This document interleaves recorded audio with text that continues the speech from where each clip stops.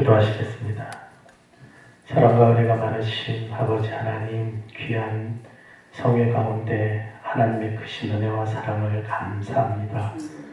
아버지 하나님, 너무너무 주님을 사랑하기에 사명을 가지고 아버지 하나님 평생을 살아오신 아버지 하나님 귀한 목회자님, 사모님들 이 자리에 있습니다. 하나님께서 만져주시고 심령을 어루만져 주시고 위로하여 주시고 더욱더 주님과 교제하게 하시고 이제 주님을 위하여 마지막 열정과 사랑을 아버지 안에 쏟아낼 수 있도록 주여 인도하여 주시옵소서.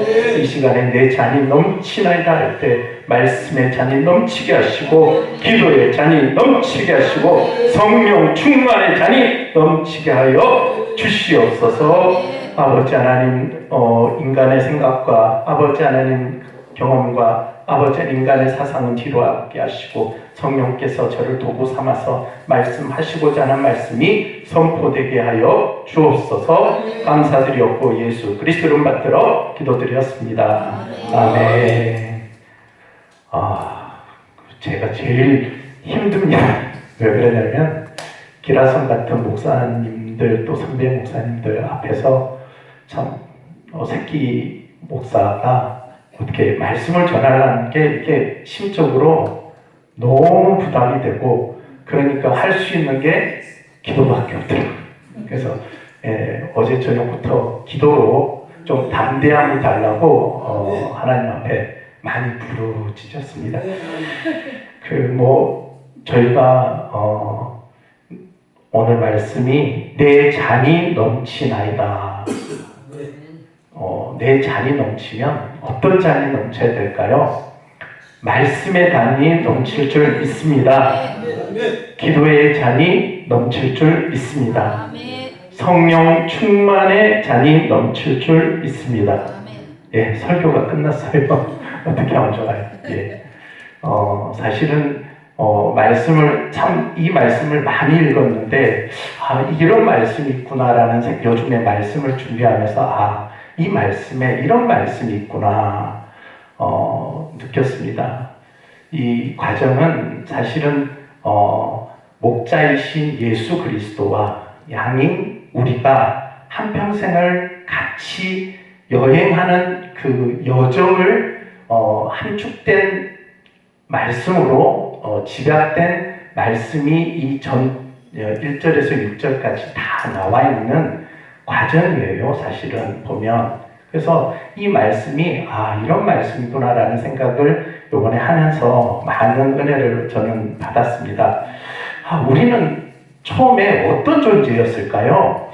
에스겔 16장 6절에 보면 탯줄도 끊지 않고 강보에 쌓여서 들에 버려진 어린아이와 같은 우리 존재였거든요. 이 불쌍한 존재를 누가? 예수 그리스도께서 우리를 너무너무 불쌍히 여기사 피투성이만 되어도 살아있으라. 피투성이만 되어도 살아있으라. 그래서 우리가 있던 곳은 죄의 사막에 쌓여 있었다.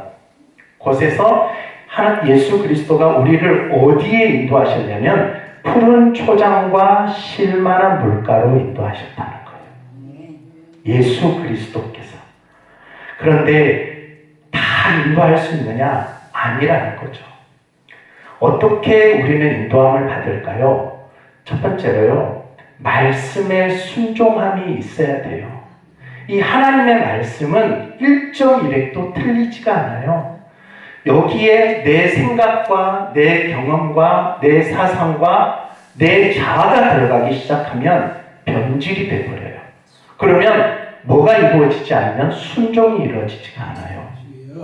그래서 우리가 항상 어디에서 막히냐면 첫 번째 발을 내디딜 때 내 자아 때문에 말씀에 순종함이 막혀요. 첫 번째 말씀에 불순종했던 사람이 누굴까요? 하와죠. 하나님이 뭐라고 했어요? 선악과를 따먹으면 정령 죽으리라고 했거든요. 근데 하와는 자기 자아가 그 말씀에 들어가요. 그래서 어떻게 들어가요? 죽을까 하노라. 뭐예요? 죽을 수도 있고 아닐 수도 있다라고 이야기하는 거예요. 자, 두 번째, 또 누가 하나님의 말씀에 불순종한 인물이 두 번째 누굴까요? 누굴까요? 혹시 아세요? 가인. 가인이 아벨을 쳐 죽이기 전에 하나님의 말씀이 가인에게 임해요. 뭐라고 임해요? 내 분함이 어찌하느냐? 내가 무엇을 이루어라? 선을 이루어라고 말씀하는데, 가인은 자신의 제사가 하나님 앞에 연락되지 않기 때문에 뭐가 나기 시작한 거예요? 자존심이 상하고 분이 난 거예요. 근데 하나님 말씀 앞에 자기 자아를 죽였어야 되는데, 자기 자아를 뭐 했어야 되는데요? 죽였어야 되는데, 이 자아가, 내 감정이 뭐를 앞서가는 거예요? 하나님의 말씀을 앞서가기 시작한 거예요. 그래서 들에서 양을 치는 자기 동생을 뭘로 쳐 죽입니까? 돌을 쳐 죽여요. 우리는 믿음으로 무엇을 받는다고 하죠? 구원을 받는다고 해요. 근데 우리는 이 믿음을 어떻게 생각하는지 참 저는 너무 어렵게 풀었어요. 이 믿음은요, 철저한 순종 안에서 믿음은 형성된 거예요. 믿음은 내 생각과 가치관과 경험과 자아가 들어가면 안 되는 게 믿음이에요. 오직 말씀은 말씀 앞에 내가 뭐 하는 거예요? 순종이 아니라 복종함이 있어야 되는 거죠. 그래서 우리는 어디로 나가는 거예요? 하나님의 뜻, 하나님의 길로, 생명의 길로 인도함을 받는 거예요. 그 길이 어디예요? 푸른 초장과 쉴만한 물가라는 거예요. 아멘. 가인은요, 범죄하고 나서 너무 형벌이 강해요. 곡식을 심었는데 열매가 맺혀지지 않아요. 그리고 죄를 지으니까 사람들이 뭐예요? 자기 심령에 두려움이 와요. 누군가 나를 뭐 할 것 같아요? 죽일 것 같아요. 그래서 하나님 앞에 뭐라고 이야기해요? 내 죄의 무게가 너무 무거우니 좀 덜어달라고 이야기하잖아요. 그래서 하나님이 도피성을 만드는, 그 도피성이 어딜까요? 모르세요? 그 도피성이 에녹성이에요. 여러분 1950년대 보면 에덴의 동쪽이라는 영화가 있었어요. 그죠? 예. 그 영화가 도피성이에요. 에덴의 동쪽. 그것이 에녹성이에요. 그 에녹성을 하나님이 도피성으로 놔두면서 제일 먼저 그곳에 뭘 쌓냐면 성을 쌓아요. 성을. 이 성을 쌓는 이유가 뭐예요? 이 죄를 짓고 나면 사람의 본성에서 뭐가 나기 시작하냐면 두려움이 임하기 시작합니다. 걱정과 염려와 두려움에 쌓여요. 그러니까 다른 사람들이 내가 동생을 죽였으니까 다른 사람들이 나를 또 죽일까 염려해서 뭘 쌓아요? 성을 쌓아요. 그리고 나서 하나님의 말씀과 상관없이 살아갑니다. 그게 어디에 나오냐면요, 하나님을 떠나서 에덴 놋 땅에 거하여 살더라, 이렇게 했어요. 놋 땅. 이게 어디예요? 에덴의 동쪽, 에녹성이에요. 그런데요, 우리가 셋이 또 하나님께서 셋을 낳고 하나님의 자녀 셋 중에 에녹이라는 자가 나와요. 근데 이름이 어때요? 에녹이 있고 또 여기도 에녹이 있어요. 똑같은 이름인데 이 에녹은 하나님이 무두셀라를 놓고 하나님과 몇 년 동안 동행해요?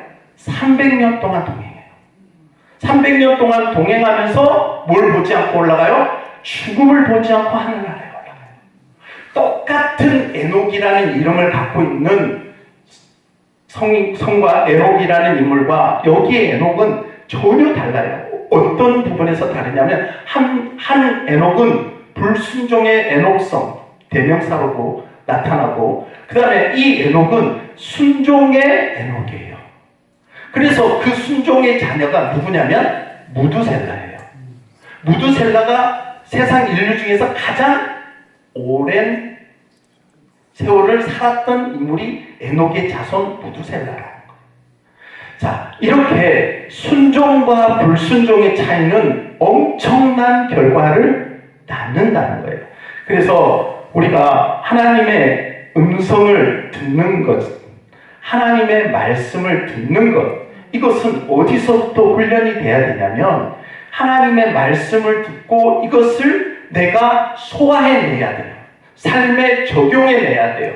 나의 인격을 말씀으로 바꾸어 나가야 돼요. 자꾸 말씀이 나에게 부딪혀요. 말씀이 이루어지기가 않아요. 내 기질이 안 고쳐져요. 성질이 급하거나 화를 잘 내거나 또는 온유하지 못하거나 사랑이 없거나 이 말씀들이 내 안에 이루어지지가 않는데 우리는 뭐하고 있잖아요? 아무 마음에 죄책감이 없는 거예요.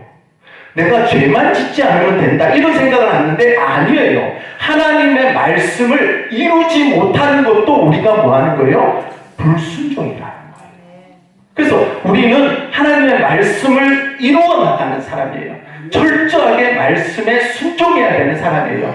하나님은 어디에까지 가냐면 아브라함에게 가장 귀한 아브라함의 가장 아킬레스건이 뭐였냐면 자녀였어요. 물질이 아니었어요.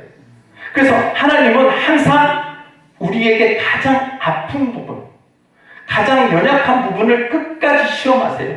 근데 이 시험을 누구도 하냐면 사단 마귀도 해요. 우리가 주님 앞에 나가려고 하면 어디에서 자꾸 무너질까요? 내 자아, 가장 큰 내 자아, 이 내가 항상 우상으로 이렇게 삼고 있는 내 자아에서 거기서 항상 사단도 알고 있고 하나님도 알고 있다.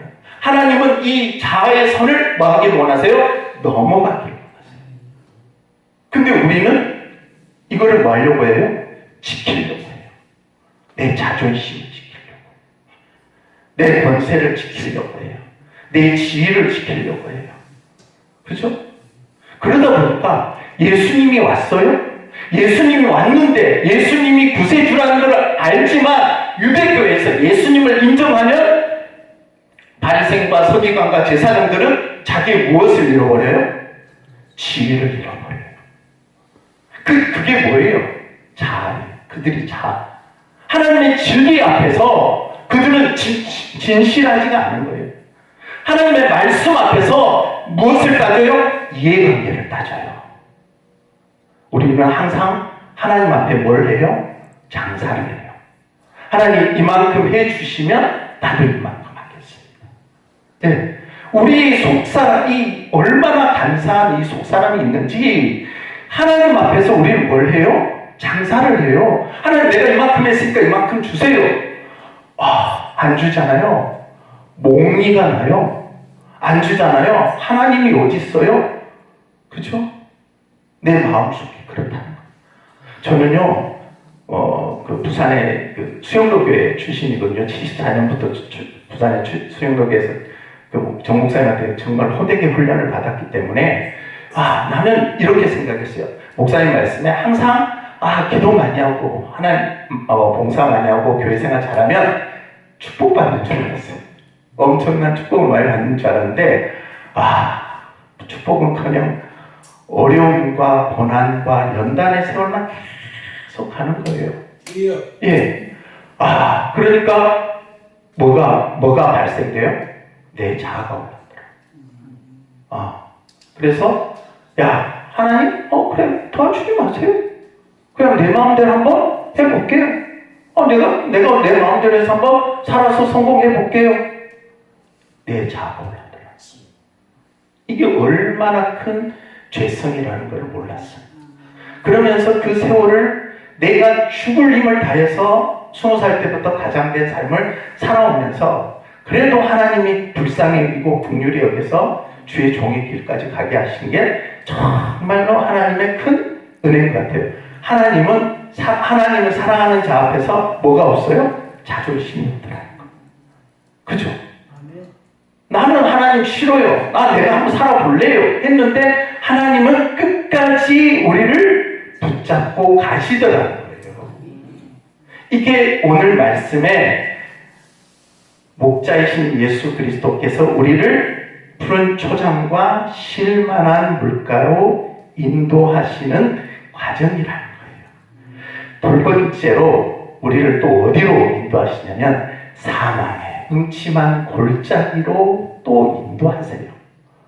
푸른 풀밭과 실만한 물가로만 인도하시면 좋은데 어디로 인도해요? 사망의 음침한 골짜기로 인도한다는 거예요. 근데 이거는 생명의 길로 인도하기 위해서 더 좋은 하나님의 계획과 목적이 있는데 사람들은 이 음침한 골짜기를 달리다 보면 골짜기가 어때요? 낭떠러지도 있잖아요. 그럼 환경을 보면 어때요? 두렵고 겁이 나고 이곳에 막 그 혼자 있게 되는 그 두려움, 외로움, 아무리 둘러봐도 나를 도와주는 이 하나도 없는 이 외로운 골짜기로 하나님이 나를 인도하시더라는 거예요. 이거는 하나님이 우리를 철저하게 뭘 시키시는 거예요? 훈련과 연단을 시키는 과정을 통해서 하나님의 자녀의 모습으로 온전하게 만드시는 과정이라는 거죠. 할렐루야. 아멘. 예, 이거를 우리는 좋은 마음으로 받아들여야 되는데, 하나님이 나를 버리셨구나. 하나님이 나를 왜 이렇게 나만 이렇게 못 살겠구나. 왜 이렇게 하나님이 나만 저주하나. 우리는 그런 마음이 어디에서 또 올라와요? 우리의 속사람 자아에서 막 올라와요. 그러면 괴로워요. 하나님 앞에 뭐도 하기 싫어요? 기도도 하기 싫어요. 말씀 가운데 거하기도 싫어요. 이때 누가 제일 좋아해요? 사단 마귀가 좋아해서 그 생각에 또 생각을 더 크게 품게 하고 어디까지 가게 해요? 하나님을 부인하는 자리까지 가요. 이게 얼마나 무서운지 몰라요. 그래서 우리는 골짜기를 갈 때 정말 하나님이 어떻게 우리를 인도하시냐면 막대기와 지팡이로 인도하시더라고요. 막대기는요, 이거는 말을 안 들으면 뭐 할 때, 자녀들은 뭐 할 때요? 막대기로 그 회초리를 때리잖아요. 그죠? 그리고 사단이 그 양을 공격할 때 지팡이로 그 늑대와 그런 이리들을 뭐 하는 거예요? 막아줘요. 근데 나 혼자 있는 것 같은데, 불 가운데 혼자 서 있는 것 같고, 물 가운데 혼자 있는 것 같은데, 주님은 내 발밑에 나의 뭐가 됐어요? 다리가 되어서 나를 그 길을, 그 낭떠러지 절벽길을 가게 하고 싶다. 그게 우리는 모르는데, 어디만 보고 있으니까, 앞만 보고 하늘만 보고 있으니까 모르는데 그 길을 주님이 뭐하고 있다는 거예요? 자신의 몸을 바쳐서 우리가 그 길을 가게 하시는 거예요. 근데 우리는 이미 이제 성장했기 때문에 그 많은 세월을 거쳤기 때문에 이제 그거를 알 수가 있잖아요. 그래서 정말 많은 영혼들이 그 어둠의 골짜기, 음침한 골짜기를 갈 때 이제는 주님 대신 우리가 뭐 해야 돼요? 그들과 함께 가주고 그들과 동행해주고 그들의 힘이 돼주고 그것이 뭐예요? 목회자의 사명이라. 예, 이 사명을 우리가 가져가야 되는 거예요. 예수님께서 마지막 그 골고다에 올라갔을 때 아직까지 죄송합니다. 제가 생각이 안 나는데 예수님의 십자가를 했던 아리마대 사람 요셉. 죄송합니다. 갑자기 요즘엔 죄송합니다. 나이가 들어서 그런지 죄송합니다. 제가 이런 말씀 드릴 분번이 아닌데 예, 죄송합니다.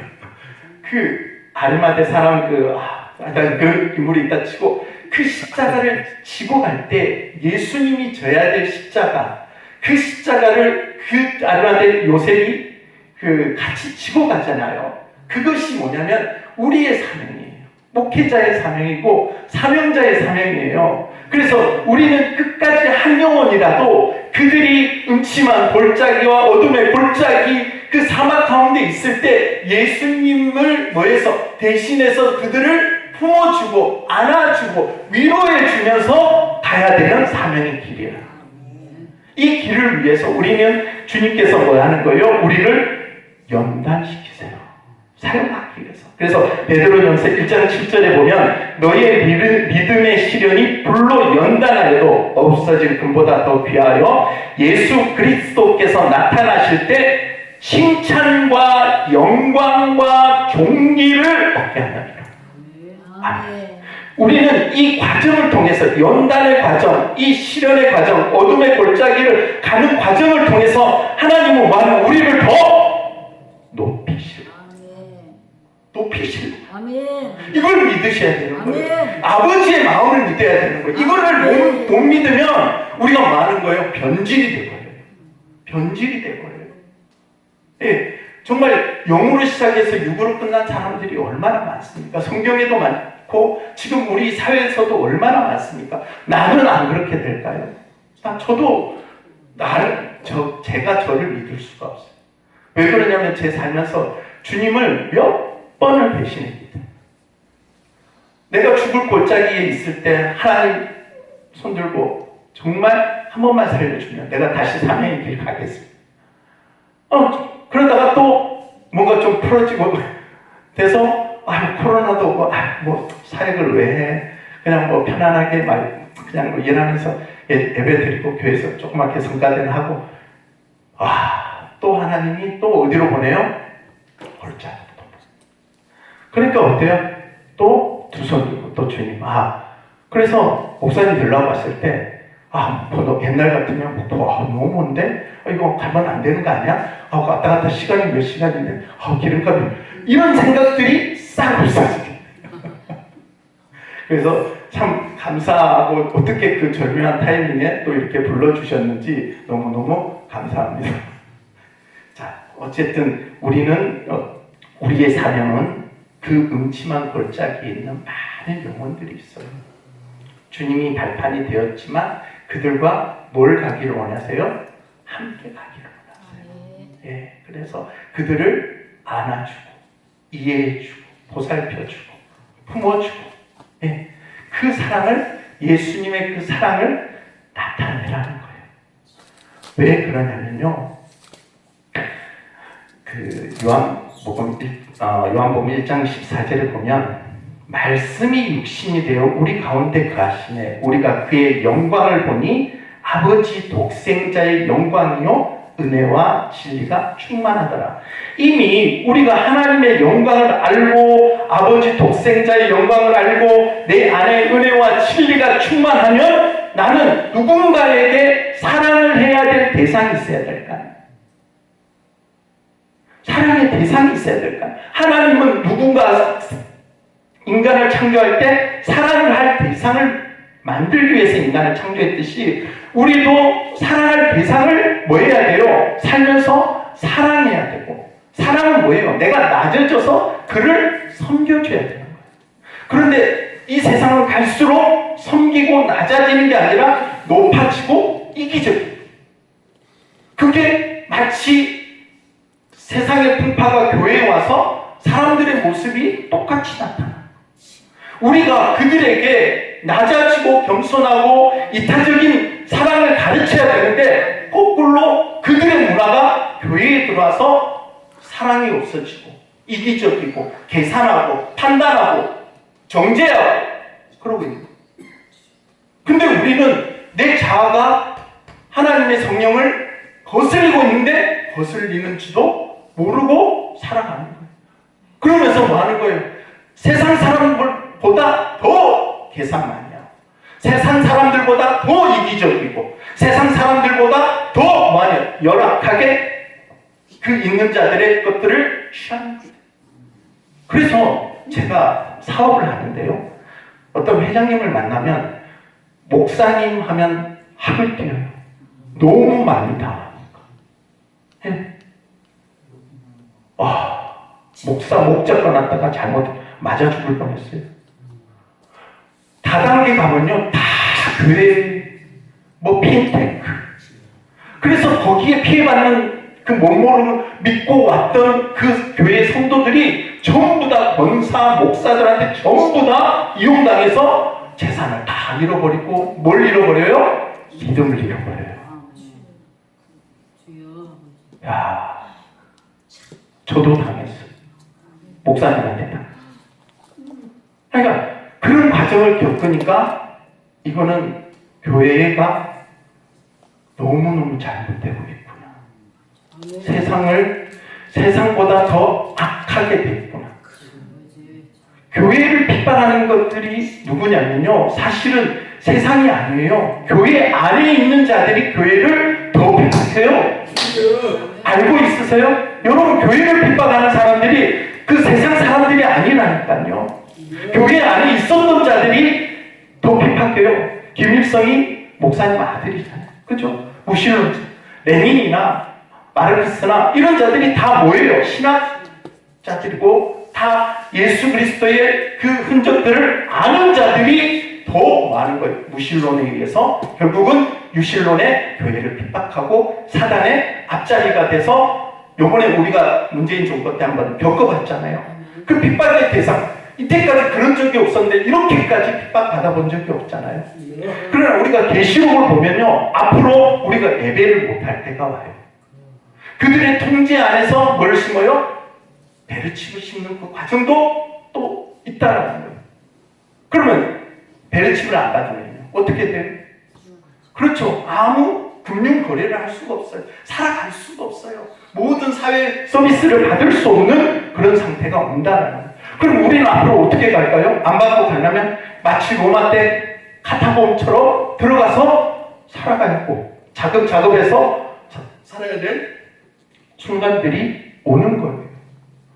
자, 우리가 왜 이 말씀 앞에 서 있어야 되냐면, 예수 그리스도께서 400년 동안 암흑 생활이 끝나고 세례 요한을 통해서 예비됐고 예수 그리스도가 올 것을 분명히 알고 선포가 됐는데, 이스라엘 백성들은 아무도 준비하지 않았다.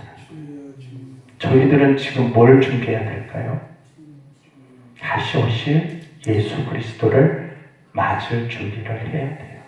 아멘. 다행히 내 생애에 예수 그리스도가 안에서 내가 주님 앞에 갔다면, 내가 주님 앞에 서 있을 그 순간을 우리는 준비하면서 살아야 돼요. 그 시간을 우리는 허송세월을 하면 안 돼요. 세상 것 무가치한 것에, 내 자아의 잘못된 것들에 빠져서 그것을 뭐 하려고? 좀 더 가지려고, 좀 더 높아지려고, 좀 더 좋은 것을 가지려고 살아가서는 안 된다는 거예요. 왜? 목회자니까. 하나님의 종이니까. 우리가 뭐가 돼야 되니까? 빛이 돼야 되니까. 우리가 사명자이니까. 우리가 세상을 바꿔야 되니까. 소금의 직분의 역할을 감당해야 되기 때문에 우리는 변질이 되면은 안 돼요. 지금 세상은요, 이 말씀의 교리가 완전히 무너졌어요. 전 많은 신학교에 가서 이제 목사님 말씀을 들어보면서 정말 어떻게 저렇게 설교를 할 수 있을까? 정말 깜짝깜짝 놀라요. 신학교 박사까지 받았다는 분이 어떻게 성경을 저렇게 말씀을 할 수 있을까? 자유신학이요, 이제 완전히 자리 잡고 팽배했어요. 옛날에 좌파가 참 뒤에서 숨어서 뭐만 했었어요? 노동운동만 했죠. 이제는 앞에서 모든 권력에 다 앞에 수장들이 좌파듯이 지금 신학도 지금 다 앞에서 복음주의 신학이 아니고 인간의 사상에 맞게끔 조작되어 있는 성경, 인간이 필요 없으면 다 제거하고 필요 있는 부분만 뭐하는 취하는 이 자유주의 신학이 팽배하고 있는 거예요. 하나의 앞에 이적이나 구약시대 이적을 뭘로 이야기해요? 우송 이야기라 이야기를. 와, 충격이었어요. 충격. 그 말씀을 받는 신학생이나 또 그 말씀을 받는 또 그의 자녀들은 어떻게 되겠어요? 혼자 지옥 가면 되는데 같이 뭐 하는 거예요? 끌고 같이 지옥에 가요. 그래서 우리가 정말 기도를 많이 하고 정말 교회가 다시 한번 복음으로 다시 한번 일으키기 위해서 하나님의 말씀은 1.1획도 뭐 하는 거예요? 빠져서도 안 되고 더해서도 안 되고 그 말씀은 진리며 그 말씀은 마지막 끝까지 하나님이 이 말씀을 이루시기 위해서 이 이 지구의 역사를 이끌어 가시는 거예요. 그래서 우리는 철저하게 이 말씀을 가르쳐야 되고 전파해야 되고 알려야 되고 그런 사명이 있어요. 근데 저희가 뭐가 죽어 있어요? 기가 다 죽어 있어요. 요즘에 저도 죄송합니다. 기도원 가면 기도하러 오지가 않은 사람들이 있어요. 교회에 기도해야 하면 오지를 않아요. 그냥 대부분이 썬데이 신자예요. 오후 예배도 잘 참석하지 않아요. 예배만 그냥 잠시 하고 그냥 자기 볼일 다 보고 가는. 정말 그런 어떤 가운데 정말 기도하고 싶고 말씀을 듣고 싶은데 말씀다운 말씀을 찾기가 너무너무 힘든 이 세상에 온 거예요. 이제 그럴수록 깨어있는 자들이 하나님이 엘리야에게 보여줬던 깨어있는 자, 바알 앞에 무릎 꿇지 않는 그 6천 명을 남겨놓던 것처럼 우리가 그들이 되어서 하나님의 기쁨이 되고 사명을 감당해야 될 줄 믿습니다. 세 번째로 내 원수의 목전에서 내게 상을 베푸시리라. 이게 하나님이 우리를 동행하는 이유예요. 하나님이 우리를 동행하는 이유는요, 영적 싸움에서 사단 앞에서 너를 뭐 하려고? 높이시려고. 사단 앞에서 높이려고. 우리 인생의 삶은요, 사실 보이지 않는 누군가의 싸움이에요. 사단과의 영적 싸움이에요. 근데 우리는 실체가 있고 그는 실체가 없어요. 그러니까 우리가 상당히 불리해요. 그리고 사단은 능력이 있어서 우리의 생각에 들어와서 우리의 생각과 사고를 항상 뭐예요? 불화살을 쏴요. 두려움의 마음을 주고 염려의 마음을 주고 걱정의 마음을 주고 또 뭐예요? 의심의 마음을 주고 항상 내 생각을 어디로부터 떠나가게 하려고 하는 거예요? 말씀으로부터 떠나가게, 기도로부터 떠나가게 하는 거예요. 그래서 사람을 뭐하게 만들어요? 사단은 괜히 바쁘게 만들어요. 정말 바쁘게 만들어요. 말씀 볼 시간을 없게 만들고요. 세상에 재미있는 것들을 너무 많이 만들어가지고 저도 가끔 보지만 축구, 유럽 축구, 끊이지 않게 사람들의 관심과 그 마음을 빼앗는 모든 것들이 세상입니다. 근데 저희들은 뭐 하는 거예요? 그것이 하나의 문화이냐? 그것이 하나의 소양이냐? 경계하지 않아요. 내가 하나님 앞에 기도하지 않고 내 영혼이 죽어가는데 내가 말씀을 읽어도 말씀이 깨달아지지 않고 말씀이 읽어도 내 안에서 소화가 되지 않고 말씀을 읽어도 내게 이 말씀이 인격이 되지 않는데 그거에 대해서 아무런 염려와 걱정을 안 하고 살아요. 그러면서 이제 말씀을 전하려고 하니까 뭐 하는 거예요? 나올 게 없어? 그럼 뭐 하는 거예요? 인터넷 뒤지는 거예요. 설교 이렇게 보내주는 거 있잖아요. 찾아가지고 조금만 바꿔서 매번 설교. 그럼 누가 먼저 죽을까요? 내가 죽어요. 내가 죽어요. 근데 죽는 줄도 몰라요. 왜? 개구리를 잡을 때 어떻게 잡는 줄 아세요? 찬물에 놔둬요. 그리고 불을 세게 틀지도 않아요. 서서히 들어요. 그럼 따뜻.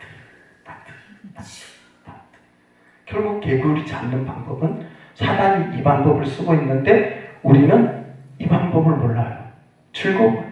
행복해요. 여행 다니니까 좋고 TV 내가 좋아하는 거 보니까 좋고 근데 내 영이 죽어가는 거를 우리는 경계하지 못하고 살아요. 제가 그렇다는 거예요. 목사님이 그렇다는 게 아니라 죄송합니다. 제가 그래서 너무 적나라하게 말씀드려요. 그래서 새벽까지 유에파 영화 축구한다면 새벽까지 안 자고 봐요. 손흥민 축구한다면 새벽까지 하고 보고 그 다음날 새벽 기도를 못 가고 그 다음날 아침에 비몽사몽. 얼마나 무서운 사단의 전략인지도 모르면서 그냥 마하고 있는 거예요. 내 영혼이 죽어가고 있더라는 거예요. 그래서 안 되겠구나. 내 영혼 구원하는데 목숨을 걸어야 되겠구나. 내 생명 구원하는데 목숨을 걸어야 되겠구나. 그런 마음이 요즘에 많이 듭니다. 다른 영혼을 구원하고 인도하고 여기까지는 아직 제 능력 바뀐 것 같고 요즘 제 마음은 내 영혼부터 먼저 정말 강건하게 견고하게 세워야 되겠구나. 이 마음을 갖고 두 번째, 내 자녀들을 이 세상에서 정말 깨어있게 만들어야 되겠구나. 그래도 최소한 내 와이프는 그래도 깨어있게 만들어야 되겠구나. 내 자녀만큼은 깨어있게 만들어야겠구나. 그래서 시작한 게 뭐예요? 가정예배죠. 근데 반발이 너무 심해. 반발이 너무 심해요. 아빠가 은혜 받는 거 좋은데 왜 혼자 하지? 왜 자꾸 아침에 새벽에 깨워? 아니면 왜 저녁에 피곤하는데 왜 자꾸 나와서 말씀 들으래? 또 설교를 시작하면 한 10분 만에 끝나면 될 건데 왜 30분, 40분씩 해? 찬양하면 1시간 나 피곤해 죽겠어. 뭐가 오는 거예요? 막 이제 예전에 머리 컸다고 이 자녀들이 데모라. 그럼 이제 우리는 나이가 들으니까 어때요? 누구 말을 또 뭐 해줘요? 그렇죠. 자녀 말을 들어주려고 하는데 그러면 안 돼요. 영적 싸움에서 그러면 져요. 단호하게 거기에서 아니다. 네가 좋은 회사 안 다녀도 되고 월급 많이 안 받아도 되고 네가 뭐 좋은 대학원 안 가도 되고 대기업 못 들어가도 되는데 아빠는 너가 하나님 앞에 항상 깨어있기를 원한다. 말씀 앞에 깨어있기를 원한다. 기도와 말씀이 네 삶의 중심이 되기를 원한다. 항상 모든 걸 판단할 때 너의 자아와 기준이 아니라 하나님의 말씀이 너의 기준이 되길 원한다. 맞짱 써서 싸워야 돼요. 왜? 우리 자녀 내가 너무 내 생명보다 사랑하는 내 자녀를 뭐하고 나눠요? 방치해두고 그냥 놔둬 버려요. 근데 성경의 보면요, 사무엘의 자녀가 어땠어요? 그 다음에 엘리 제사장의 홈리와 비너스가 어땠어요? 그 대제사장의 자녀들이 어떻게 죽었어요? 그럼 그 책임을 누구에게 물을까요? 그럼요, 부모한테 안 물을까요? 하나님이. 그래서 한 달란트를 받는 자, 두 달란트를 받는 자. 저는 두 달란트가 뭔지 몰랐어요. 근데 알고 봤더만 내 자녀와 이웃이 두 달란트예요. 갑자기 다섯 달란트로 이렇게 뻥 튀게 했는데 이거는 제가 그냥 기도하면서 하나님 주신 제 그냥 간증이니까 그냥 이거는 뭐 영적 해석이 아니에요. 그래서 이 다섯 달란트를 남겼다라는 말은 5대양 육체주를 향해서 자기가 뭐 하는 거예요? 복음을 향해서 나갔던 자들, 그 주님의 제자들, 마지막까지 다 순교했던 그 주님의 제자들이 다섯 달란트를 남긴 자들이라는 거예요. 그래서 최소한 우리는 몇 달란트를 남겨야 될까요? 사명자라면 자녀와 이웃은 우리가 뭐 해야 돼요? 남겨야 될까요? 그래서 우리의 사명을 반드시 이루고 주님의 기쁨이 되어야 한다는 겁니다. 그래서 그렇게 되면 하나님께서 어떤 축복을 주실까요? 첫 번째, 생명나무 열매를 먹게 하세요. 둘째, 사망의 해를 받지 않게 하세요. 셋째, 이기는 자와 끝까지 지키는 자는 만국을 다스리게 하세요. 그리고 네 번째는 생명책에 이름이 기록되게 하세요. 빌라델피아 교회에게는 이기는 자는 하늘에서 내려오는 새 예루살렘의 이름과 나의 새 이름을 그의 위에 기록하리라. 새 예루살렘의 이름과 나의 이름을 그의 위에 기록하겠다고 얘기했어요. 그리고 마지막 계시록 3장 21절에 보면 이기는 자는 내가 내 보좌와 함께 앉아. 아멘. 야, 하나님은 여기까지 우리를 이끄시기 원하세요. 하나님은 우리를 조란 자가 아니라 하나님의 능력 있는 자, 다윗의 그 용사들처럼 능력 있는 자로 세우시기 원하세요. 그래서 우리를 불 가운데도 집어넣고 물 가운데도 집어넣고 막 혼자서도 놔두고 막 병 가운데도 그러면서 많은 거예요. 뭘 무너뜨리지 않게 우리의 마음을 지키게 해요. 철저하게 우리 마음을 지켜야 돼요. 저도 사업하면서 야, 하나님 이 정도는 해줄 수 있지 않나? 이 정도는 주님이 해줄지 않나? 그럴 때가 너무너무 많아요. 그럴 때마다 마음이 뭐예요? 무너져요. 하지만 거기에서 이제 훈련이 되니까 이제는 어떤 환경이 있어도 내가 뭘 지키려고 노력해요? 성신을 지키려고, 내 마음을 지키려고, 하나님 앞에서 절대 떠나지 않으려고 그것을 지키려고 노력합니다. 그 모습을 내가 내 자신을 봤어요. 아, 세월을 그냥 헛살는 게 아니구나. 내가 목회를 내 마음대로 내 뜻대로 못했지만, 또 사업을 내 마음대로 내 뜻대로 못했지만, 하나님의 뜻은 그곳에 있는 일이 아니었다는 거죠. 뭐예요? 나라는 거. 나를 하나님이 가장 소중히 여겼고 가장 높은 반열에 하나님께서 올려놓기를 원하셨다. 이 마음을, 이 아버지의 마음을 우리가 알고 이 환경을 이겨내야 돼. 이 환경을 돌파해야 돼. 이것을 돌파하지 않으면 나는 내 자아가 나는 늙었어. 이제는 뭐 맨날 뭐 목사님 만나면 제가 죄송합니다. 제일 어리더라고요 보니까. 저도 딴 데 가면 원로소리 듣거든요. 내일 모레 60이다 보니까. 근데 여기에서 60도 안 된 것이면 제가 목사님하고 같이 식사하는데도 되게 부담스러워서 밥만 먹고 빨리 나와요. 예, 왜 빨리 나오냐면요. 정말 목사님들을 너무너무 존경해요.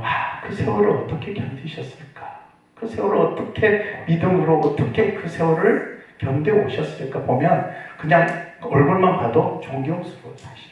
그래서 내가 이 말씀을 내가 목사님들한테 이렇게 전하는 게 맞나? 그런 마음을 갖고 사실은 왔고, 사실은 이 말씀은 목사님한테 하는 게 아니라 100% 나한테 하는 거예요, 사실. 그래서 여러분 좀 기분 나쁜 말씀일 수도 있지만 좀 그냥 네가 니한테 하는 말씀이구나라고 생각하면서 그냥 저를 위해서 기도를 좀 많이 해주시길 바랍니다. 그래서 하나님께서 오늘 말씀을 마치는데 내 원수의 목전에서 내게 상을 베푸시고, 그리고 마지막 말씀이 내게 상을 차려주시고 기름을 내 머리에 부으셨으니 내 잔이 넘치나이다. 이 간증과 이 고백이 여러분들의 삶에서 나타나시길 주의로 축원합니다. 아멘. 기도하겠습니다. 사랑과 은혜가 많으신 아버지 하나님, 참으로 감사합니다. 참으로 부족하고